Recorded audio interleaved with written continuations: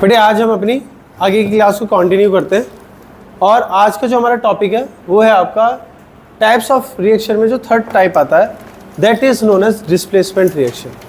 अगर बेटे हम इस डिस्प्लेसमेंट रिएक्शन के बारे में बात करें तो ये डिस्प्लेसमेंट रिएक्शन आप लोगों के लिए बहुत ज़्यादा इंपॉर्टेंट है और हमने इससे पहले आपका पढ़ा था एक सबसे इम्पॉर्टेंट कंसेप्ट, वो था आपका रिएक्टिविटी सीरीज़।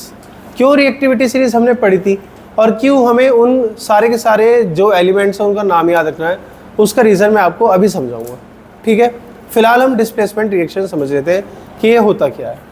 बेटे डिस्प्लेसमेंट रिएक्शन के बारे में लिखा हमने, reaction in which more reactive element displaces less reactive element.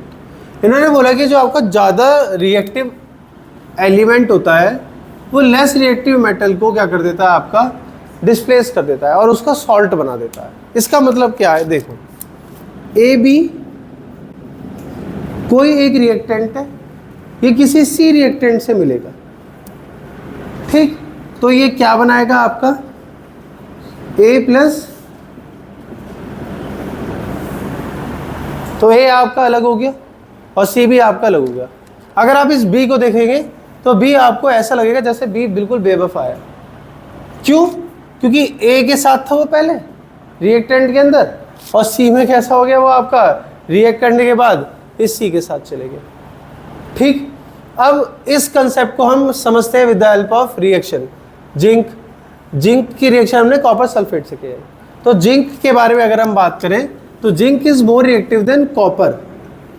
तो कॉपर आपका सॉल्ट बना लेगा और वो रिएक्शन करके क्या बनाएगा, आपका जिंक सल्फेट ZnSO4। ठीक, इसके बाद Fe प्लस CuSO4। तो iron is more reactive than copper, copper का सॉल्ट बन जाएगा और आपका जो प्रोडक्ट बनेगा वो क्या बन जाएगा बेटे, आपका FeSO4। ठीक है, आप कहोगे सर ये हमें कैसे पता चलेगा कि विच इज मोर रिएक्टिव? तो हमने ये रिएक्टिविटी सीरीज पढ़ी है। ठीक, ये पोटेशियम है, ये सोडियम है, ये कैल्शियम है, मैग्नीशियम है, एल्यूमिनियम, जिंक, आयरन, लेड, फिर कॉपर, हाइड्रोजन, सिल्वर, आपका गोल्ड, लास्ट में प्लेटिनम। कुछ बच्चों को इन्हें याद करने में प्रॉब्लम थी, तो आप ऐसे याद कर लीजिए जैसे कि काला नानू चाट मांगे, आलू जरा फीके पड़े। और जब उसने चाट खा ली उसके बाद उसने चाप भी खाई, तो चाप आप ऐसे बना लो, ये बेटे सी, इसके साथ HAAAP। ठीक, तो उसने चाट भी खाई और चाप भी खाई, ये दोनों चीजें खाई और उससे हमें हमारी रिएक्टिविटी क्या हो जाएगी बेटे, सीरीज याद हो जाएगी। अभी तक की बात में किसी को भी कोई दिक्कत है तो आप बता दीजिए, ऑफलाइन वाले बता दो, कोई दिक्कत है? समझ में आ गया? ये इंपॉर्टेंट कंसेप्ट है, इसको आप नोट कर लीजिए, उसके बाद हम आगे चलते हैं। बेटे अगर हम बात करें आपके नेक्स्ट रिएक्शन की, next one is double displacement reaction. सबसे इंपॉर्टेंट बात, अगर हम इस डबल डिस्प्लेसमेंट रिएक्शन के बारे में बात करें, इसका इस रिएक्टिविटी सीरीज से कोई लेना देना नहीं है, ये बिल्कुल अलग एक आपका कंसेप्ट है। तो हम इसको हटा देते हैं कि हमें कोई कन्फ्यूजन हो या हम इसके बारे में सोचें कि रिएक्टिविटी सीरीज का इसमें हमें यूज़ करना है, तो हमें इसमें रिएक्टिविटी सीरीज का बेटे कोई यूज़ नहीं करना है। क्या ये, इसके बारे में हम बात करते हैं। ये एक टाइप की रिएक्शन है जिसमें आपका exchange of ions takes place.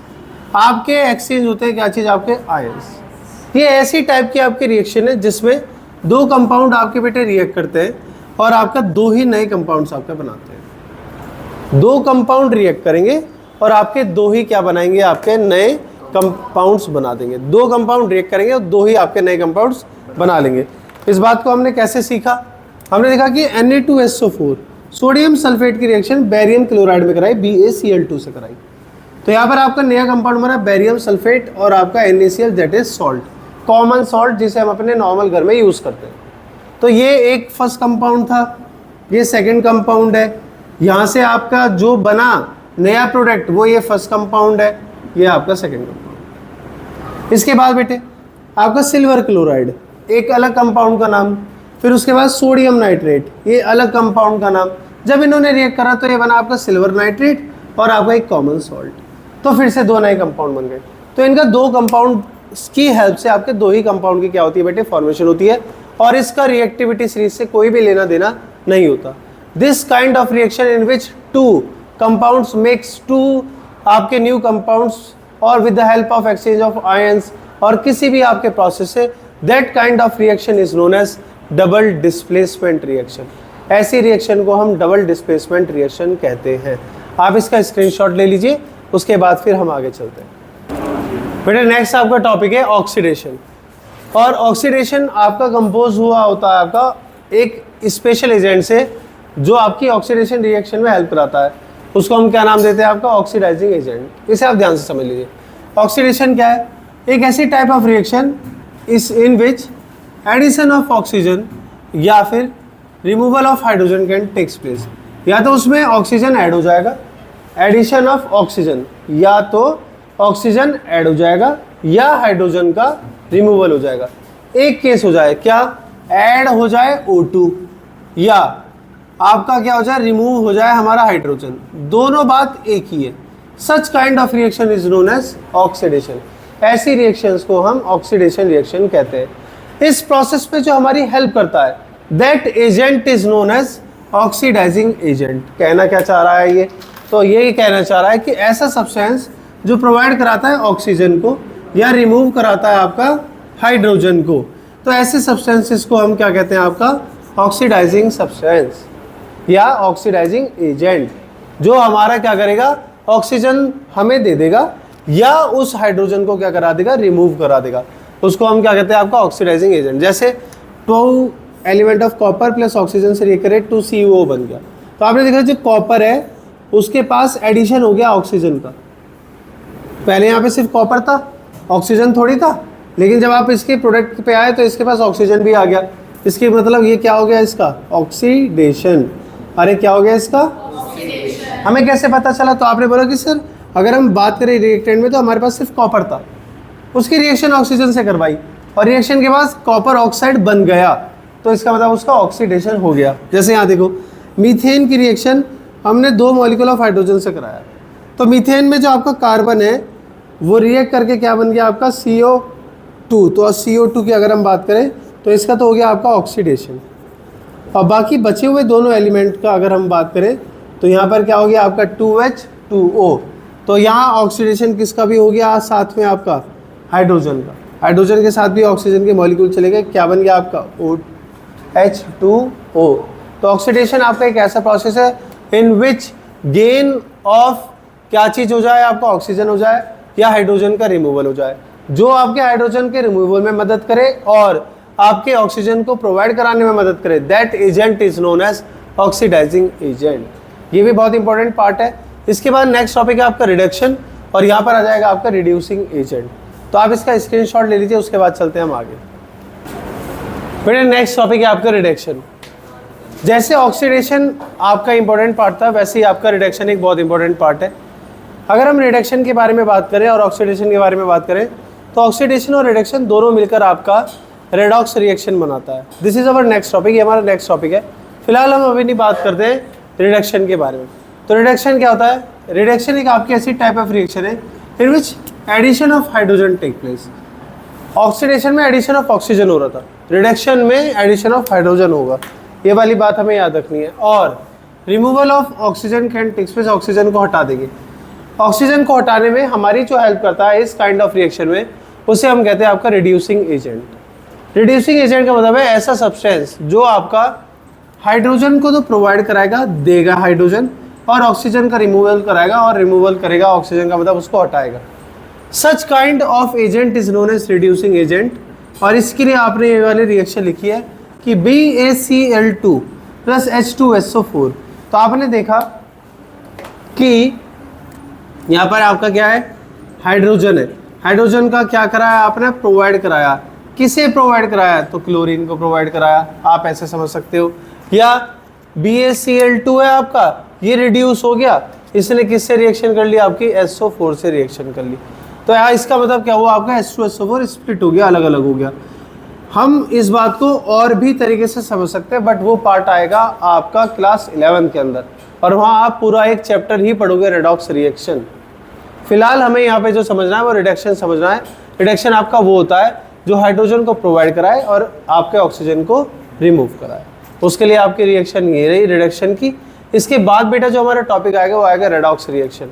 Redox में आपका एक ही रिएक्शन के अंदर रिडक्शन भी होगा, एक ही रिएक्शन के अंदर आपका ऑक्सीडेशन भी होगा। ठीक है, फिलहाल आप इसको स्क्रीनशॉट ले लीजिए, फिर हम आगे चलते हैं। बेटे नेक्स्ट है आपका रेडॉक्स रिएक्शन। बेटे इस रिएक्शन के नाम से ही अगर हम एक कंसेप्ट समझे तो रेडॉक्स रिएक्शन को हम ऐसे लिख सकते हैं, RED रेड अलग और ऑक्स अलग। This is redox reaction. क्योंकि हमने इसमें RED red shows reduction and OX shows oxidation. ऐसी केमिकल रिएक्शन जब भी आपका ऑक्सीडेशन और रिडक्शन एक साथ हो, takes place at the same time, किसी भी केमिकल रिएक्शन के अंदर, किसी भी केमिकल रिएक्शन के अंदर जब ऑक्सीडेशन और रिडक्शन एक साथ होता है आपका, that reaction is known as redox reaction. ऐसा कहाँ समझेंगे हम? तो लेड ऑक्साइड की रिएक्शन हमने कार्बन से कराई, तो लेड ऑक्साइड की रिएक्शन जब हमने कार्बन से कराई तो आपका लेड बना, साथ में आपका कार्बन डाइऑक्साइड बना। तो आपने देखा कि कार्बन ऑक्सीजन मिल गया दोनों साथ में, this is known as oxidation. और क्योंकि लेड के पास यहाँ ऑक्सीजन था पर यहाँ ऑक्सीजन नहीं है, तो removal of oxygen takes place, this is known as reduction. तो आपने देखा एक ही रिएक्शन, उसमें रिडक्शन भी हो रहा है और ऑक्सीडेशन भी हो रहा है, और ऐसे रिएक्शन को हम क्या नाम देते हैं? आपका रेडॉक्स। ठीक है, तो ये है आपका टॉपिक। इसके बाद हम चलेंगे आपका कोरोजन पर। अभी फिलहाल आप इसका स्क्रीनशॉट ले लीजिए। बेटे हमारा नेक्स्ट टॉपिक है आपका कोरोजन। कोरोजन का मतलब है हमारा कि हमारा जो ऑक्सीडेशन का जो प्रोसेस है, जो ऑक्सीडेशन हो रहा है आपका, उसका हमारी डेली लाइफ में क्या इफेक्ट पड़ता है, तो उसका सबसे इंपॉर्टेंट पॉइंट है आपका कोरोजन। आपसे कोई पूछता है व्हाट इज कोरोजन, तो आप उसका आंसर सिर्फ ये ना दे रस्टिंग ऑफ आयरन, सिर्फ आपका जंग लग जाना आयरन पर, वही आपका कोरोजन नहीं होता। बेटे इसमें सबसे इंपॉर्टेंट बात ये है आपके कोरोजन में कि कोरोजन आपको ये वाली बात बताता है कैसे कि भैया आपका अगर कोई एक मेटल है उस पर अटैक कर दे कोई substance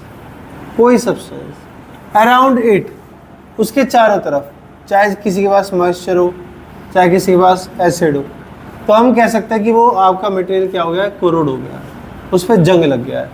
and this process is called corrosion. और इसी प्रोसेस को हम क्या नाम देते हैं बेटे? कोरोजन। अगर हम ब्लैक कोटिंग की बात करें तो ब्लैक कोटिंग हो जाती है आपकी सिल्वर पर, ग्रीन कोटिंग हो जाती है, और या फिर आपकी ब्राउनिश रेड कोटिंग हो जाती है हमारे आयरन पर। कैसी रिएक्शन हुई आपकी? आयरन के 4 मॉलिक्यूल ऑक्सीजन से मिले, 2X H2 है, मतलब वाटर के कितने भी मॉलिक्यूल हो सकते हैं, क्योंकि बात आपके मॉइस्चर की करते हैं हम। और यहाँ पर आपका क्या बना? आपका Fe2O3 × X2O, इसी को ही हम नाम देते हैं रस्टिंग। रस्ट है ये आपका। इसमें X की वैल्यू आपकी 1 2 3 4 5 6 7 8 9 10 कुछ भी हो सकती है। फिर इन्होंने क्या करा कि हम कैसे आपका इससे प्रिवेंशन मेजर ले सकते हैं कोरोजन से, इससे हम कैसे बचा सकते हैं किसी भी आपके मेटल सरफेस को कोरोड होने से। तो आपको याद रखनी है बात क्या? ऑयलिंग एंड ग्रीसिंग करके पहला पॉइंट, दूसरा पेंटिंग करके सबसे आसान, गैल्वेनाइजेशन में आप जिंक की एक लेयर एक मेटल सरफेस पे क्या कर देते हो? आपका इम्प्लीमेंट कर देते हो, तो वो जो जिंक की लेयर है वो आपके एटमॉस्फेयर से रिएक्ट करती रहती है और हमारे जो मटेरियल है आपका बना हुआ आयरन से उसको प्रिवेंट करा देती है। लास्ट है आपका इलेक्ट्रोप्लेटिंग। इलेक्ट्रोप्लेटिंग में आपके अदर मेटल की क्या करा दी जाती है? उस पर कोटिंग करा जाती है। इसको हम क्या नाम देते हैं? आपका इलेक्ट्रोप्लेटिंग। ये आपका है कोरोजन वाला part, this is the first part, A part. इसके बाद कल आपको हम जब कराएंगे, कल मतलब आपका जो नेक्स्ट आपका जो टॉपिक होगा उसमें जो हम पढ़ेंगे वो हम पढ़ेंगे आपका रेंसिडिटी। ठीक है, तो आप इसका स्क्रीनशॉट ले लीजिए, फिर हम आगे चलते हैं। बेटे नेक्स्ट और लास्ट टॉपिक है हमारा आपका effect of oxidation on everyday life में। ये जो हेडिंग डाल रखी है इफेक्ट ऑफ ऑक्सीडेशन। ऑक्सीडेशन का क्या इफेक्ट पड़ता है हमारी नॉर्मल लाइफ पे या हमारे हर दिन के आपके काम पे। तो इन्होंने बोला कि रेंसिडिटी के बारे में अगर हम बात करें तो रेंसिडिटी आपका एक ऐसा फूड है जो कंटेन करके रहता है फैट्स एंड ऑयल, मतलब ऐसा खाना जिसके अंदर या तो फैट हो या फिर आपका ऑयल हो, उसी को ही अगर हम ऑक्सीडाइज करा दे बाद में तो then this process is known as rancid, और इसी को हम रेंसिडिटी कहते हैं। इसमें हमारा स्मेल और टेस्ट दोनों ही क्या हो जाते हैं? आपके चेंज हो जाते हैं। तो रेंसिडिटी क्या है? आपसे कोई बात करे तो आप रेंसिडिटी के बारे में बताओ कि एक ऐसा फूड है जो आपका फैट भी रखता है और ऑयल भी रखता है, और फैट और ऑयल जब दोनों उसमें प्रेजेंट होते हैं और ऑक्सीजन की प्रेजेंट में वो ऑक्सीडाइज हो जाएगा, क्योंकि उसके बाद ऑक्सीजन चले जाता है। लास्ट में वो रेंसिड हो जाता है, जिसे हम कहते हैं सिला हुआ खाना या सिला हुआ फ्रूट है या सिला हुआ जिसको हम बोलते हैं आपका बिस्किट है या नमकीन है, वो यही वाली बात बताता है हमें। ये कहता है आपका कि जो स्मेल है वो बदल जाती है और आपका जो टेस्ट है वो चेंज हो जाता है। आप कैसे रेंसिडिटी होने से बता सकते हो आप फूड आइटम्स को? तो आपको बोला जाएगा कि आप BHA और BHT मिला दो, they both are what, they both are antioxidants. ये आपके ऑक्सीजन से लड़ते रहते हैं और उन्हें अलग करते रहते हैं, BHA और BHT। ये हमें ऑक्सीडेशन से बचाते हैं फूड आइटम से, पहली बात। दूसरा, flushing packets of food with nitrogen gas. हम नाइट्रोजन गैस को फ्लश करके फिल करके भी आपका पैकेट्स में बेच सकते हैं। जैसे आपने चिप्स में देखा होगा, चिप्स होते कम है लेकिन उसके अंदर हवा जो रहती है वो बहुत टाइटली पैक्ड रहती है। क्यों? Because of the presence of कौन सी गैस? इसके बाद हम फूड को एयर टाइट कंटेनर में भी क्या कर सकते हैं, रख सकते हैं। जैसे टपरवेयर हो गया आपका, सही है, जैसे आपका ये मिल्टन हो गई, ये सारी की सारी जो आपकी कंपनीज हैं ये एयर टाइट कंटेनर बड़े अच्छे बनाती है। तो ये आराम से ऑक्सीडाइज नहीं होने देती फूड को, और फूड थोड़ा लंबे समय तक क्या रहता है आपका, ठीक रहता है। नेक्स्ट है आपका keeping food in cool places. आप खाने को ठंडी जगह पे भी रख सकते हो, जैसे कि आपका रेफ्रिजरेटर। क्यों? क्योंकि वहाँ पे ऑक्सीजन की जो प्रेजेंस होती है वो कम होती है। ऑक्सीजन की प्रेजेंस कम होगी तो वो रिएक्ट कम करेगा, इसलिए हम फूड को भी आपका कूल प्लेसेस पर या फिर डार्क प्लेसेस पर रख सकते हैं। कूल और dark they are very close to each other. इसके बाद अगर हम बात करें तो इसकी हम अगर पैकिंग की बात करें तो वैक्यूम में अगर हम पैकिंग करते हैं तो भी हम इसको रेंसिडिटी होने से क्या कर सकते हैं, आप इसको बचा सकते हो कि फूड आपका ख़राब नहीं होगा। ये आपका पॉइंट था, ये आपका चैप्टर नंबर 1 है, क्लास 10th का chemical reaction and equation. Regarding NCERT question बेटे, हमारी जो आपकी वेबसाइट अभी आपकी लॉन्च हो जाने वाली है, उसमें मैं आपको एज सून एज पॉसिबल मैं अनाउंसमेंट कर दूंगा, सारे के सारे नोट्स उस पर डल जाएंगे। ठीक है, आज अगर किसी बच्चे को साउंड में कोई प्रॉब्लम आती है तो बता दीजिए, कमेंट सेक्शन में आप इसको ज़रूर बता दीजिएगा। वैसे मुझे आज लगता है कि आपको जो आवाज़ें है, जो आपका पूरा का पूरा आज वीडियो की क्वालिटी है वो काफ़ी ठीक रहेगी, तो आप इस बात को ज़रूर बता दीजिएगा आज कमेंट में। ठीक है, अपने फ्रेंड्स के साथ आप इसे शेयर कीजिएगा। मिलते हैं हम लोग नेक्स्ट वीडियो के अंदर जो हमारा नया चैप्टर होगा उसमें।